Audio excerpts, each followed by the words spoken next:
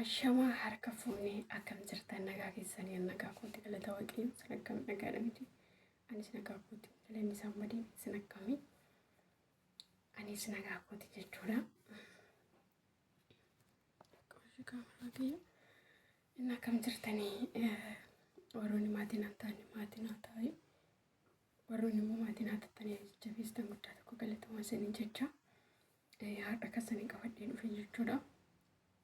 Sagleen kun dhagama jechuun yeroo maraa inni ususaa jechuudha. Gaafa ususaa kana keessa ba'uun beeku jechuudha. Inni haadha akkasanii qabadhee dhufe jechuudha. Warroota maatii biyya ormaa kana turanii kara biyya galan jechuudha. Fakkaatu tokko jechuudha.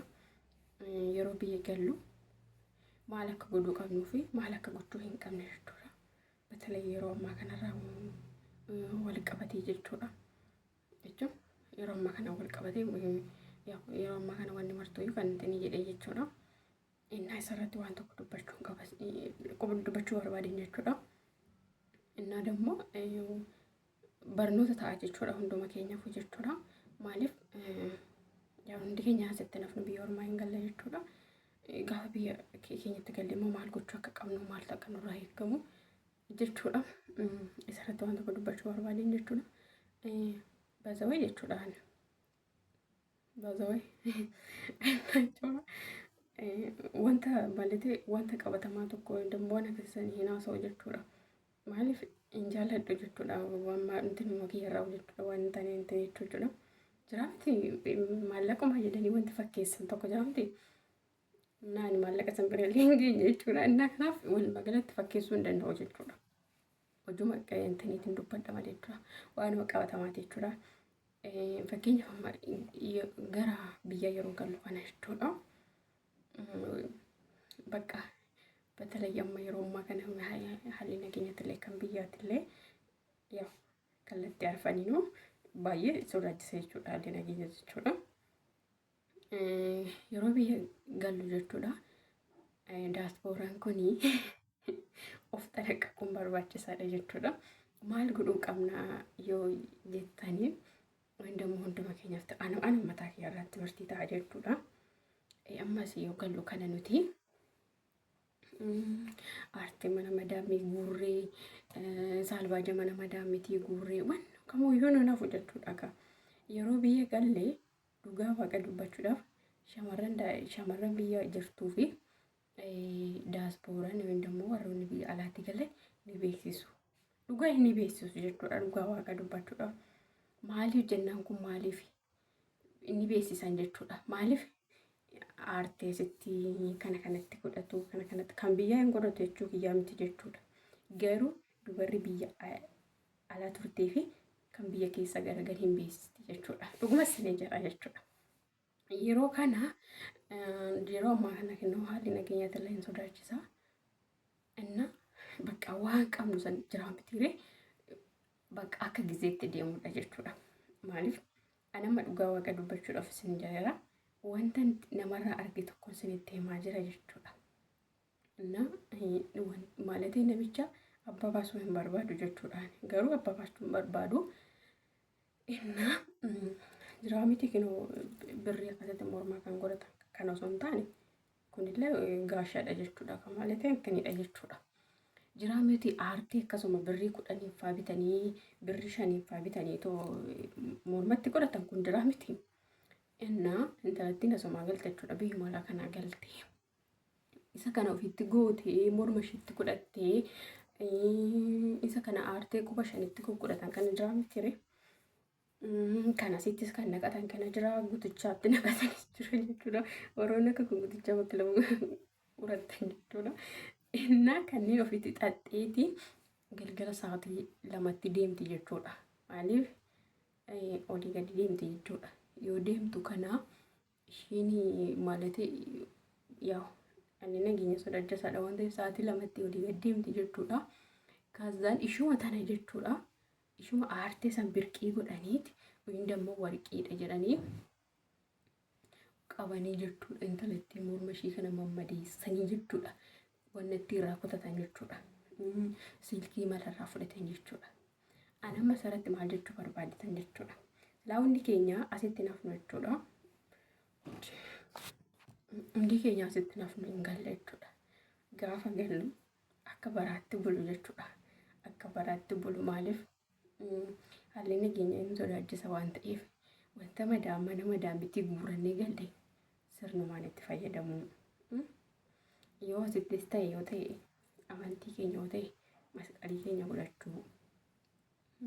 Saniin booda kan asitti ofitti xannee kan asitti ofitti xannee kan asitti ofitti xannee idaa harkaan ofitti fiduu ta'a jechuudha. Maaliif xoosii ta'a jechuudha. Kanaaf gaafa bakka asii immoo bakka gaafa galuu kaan guurrii kotota guurrii maal guurrii bakka baasi namoonni tokko dhugaa dubbachuudhaaf ta'e taana ani garuu kana keessa galuu hin barbaanne ture jechuudha. Kuni akkasumatti yeroo biraa wanta kanatti yeroo biraatti dubbachuu barbaada jechuudha.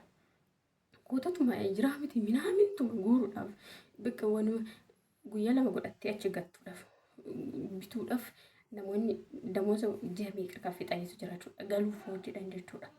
Inni kun hin barbaachisu jechuudha. Qas jedhanii biyya keetitti galtee haala qilleensa kee ilaalte bakka jiraa miti bakka biyya kee geechee waan hundumaa ilaalte wanta si barbaachisan bitatta jechuudha. Garuu asitti bililii guurtee galta bakka ati gaafsan dasbooradhaa kamiyyuu bakka hin jiru bakka ani akka kootitti amma wanta nan timirtii fudhadhee intala kanarraa jechuudha. Maqaa ishee dhabuun barbaadu jechuudha. Maaliif maqaa namaa hin dhabuun hin barbaachisu. Maaliif namarraa ግን timirtii barnoota fudhachuudha malee siniifis immoo timirtii malati wanta sanirraa barachuudha malee maqaa nama sanirraa marraa buutu. Anna akkasitti morma ishee kana isheetiin godhanii silkii isheerraa saamanii dhugaa ganaa silkii deebistee bitte jechuudha. Lubbuudhaan fayyuun tamaskeenidha jechuudha galata jechuudha. Yeroo ammaa gadi baatee galuun iyyuu rakkisaadha jechuudha. Gaafatti immoo xiqqoo ishee daaspoora jedhamte yaa keessatu beekaa akkaataa keessatu beekaa qabaachuu dhabuu keessatu beekaa jechuudha. Hundumaa seetu beekaa.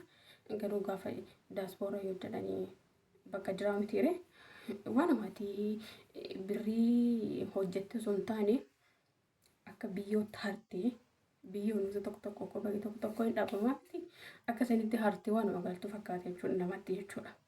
Maaliif bakka ati daaspoora waan taateef hundumatu intini jechuudha sitti fayyadamuuf sirraa fayyadamuun sitti fiiga jechuudha. Amma gaafa biyya gallee dhugaa dubbachuudhaaf taanaan akkaataan uffata keenya sirriitti qabaachuu qaba. Maaltu si galchee jechuu dandeechaan jechuudha warroonni jettan jedhaa garuu jechuudha. Warroonni fudhatan fudhachuu danda'u jechuudha. Maaliif gaafa ofii keenya uffata keenya sirreeffannee mana madaamiitti akkaataa madaamii sixoota nu kennite aartii minaan bakka akka jiraa miti aartii isaa ta'u normaanii isaa ta'u jechuudha. Gaafa maaragaan itti fayyadamnee bakka asitti na'inee odeemne gaafa bakka jiraa miti haalli nageenyaa ta'edha waan ta'eef ati inkaanii daaspoora taate dhiisigsee makkoo hin sodaachise jechuudha. Dhugaa dubbachuudhaaf ta'e taana silkii gaarii koo qabattee gadi ba'uun biyya keenyatti galuun ikkoo nama hin sodaachisa jechuudha. Dhugaa dubbachuudhaaf kanaafi of eeggannoo godhaa hin jedha. Anis ofuma kiyya matuu keerraa kaasee jechuudha. Yeroon biyya galetti maal akkan gochuu qabu maal akkan bakka jiraamte akkamitti nanan waan tokko ta'e waan itti fayyadamuu qabu. Inda'uma dhugaa rabbichuudha. Dhuguma sin jedha jechuudha. Ana mataa keerraa gaafa biyya galee milikkita daasboora ofirratti mul'isuu hin qabnu danda'u. Isuma dhugaan jedha. Milikkita daasboora ofirratti mul'isuu hin qabnu jechuudha. Bakka noormaaliin suuree achi dhiisa jechuudha. Dubarri biyya keessa surree uffattu jechuudha guyyaa miti. Daasbooraan kun hin beeksisaa dhugaa rabbii. Bakka faashina mini kana dhiisati jechuudha. Qamisii uffadha jechuudha. Qamisii jechuudha gurdii keessa asii gaditti naqaati dhugaa waan jechuudha. Inda'uun dubarri akkasitti bareeddi jechuudha dhugaa rabbii jechuudha. Bakka jalaan caammaa keessatti naqa kana aartii minaamina keessan dhiisaa yoo uffattan tokko uffadhaa bakka singaa. Saniin booda silkii gaarii baattanii deemina silkii gaarii yoo qabattan manatti walii gaddeebtan garuu silkii mana keessatti mana madaamii jirtan kana jiraan fitiiree yoo luuzii yeroo ruuzis affeeltan xaxxaggoota jirtu ishoo san qabaddaa jechuudha. Maaliif jechuun bakka akkasitti shaggaara jechuudha. Gaafsanii daaspoorinatiin keenya illee nurratti hin beeksisu. Yoo heerumnes bakka yoo heerumtanis yoo abbaan manaa jiraate abbaan manaa keessatti kusus jedha ta'a dhugaa rabbii jechuudha. Qinni maaliin hin barbaachisu. Barri bara akkasitti miti jechuudha. Nagaan iyyuu nagaan nurraa fagaateera. Waaqayyo gooftaan nagaa nuuf haa kennuuti jechuudha. Dhaamsi kiyyarraa kana jechuudha. Ani mataa kiyyaan kan baradhe isa kanan baradhe jechuudha obboleetti xiyya tanarraa. Isinis immoo maaliif viidiyoo kiyyarraa kanarraa waa barattan jedhee abdiin qaba jechuudha. Waan tokkorraa barattan jedhee tana innaa viidiyoon kiyyarraa kana fakkaata. Yoo jaalattanii sheer godhaa jechuudha. Warroota daaspoora biyya galuu hidee gaween jechuudha. Biraan naangaa isinii jechuudha. Warroonni immoo hanga mana wajjin turtanii jajjabeessa waan hundumaa inni wajjin taatan guddaa tokko isin galateeffadha. Maatiin haa taa'ii viidiyoo kiyya amma dhumaa ilaalaa isin jedha. Amma viidiyoon biraatii walitti deemnutti nagaa dannaaf turaa. Waaqayyo gooftaan biyya keenya nagaa nuuf haa godhu. Nagaa kan nurraa fagaate kanallee waaqayyoon nagaa isaa nuuf haa deebisu isiniin jedha. Bye bye.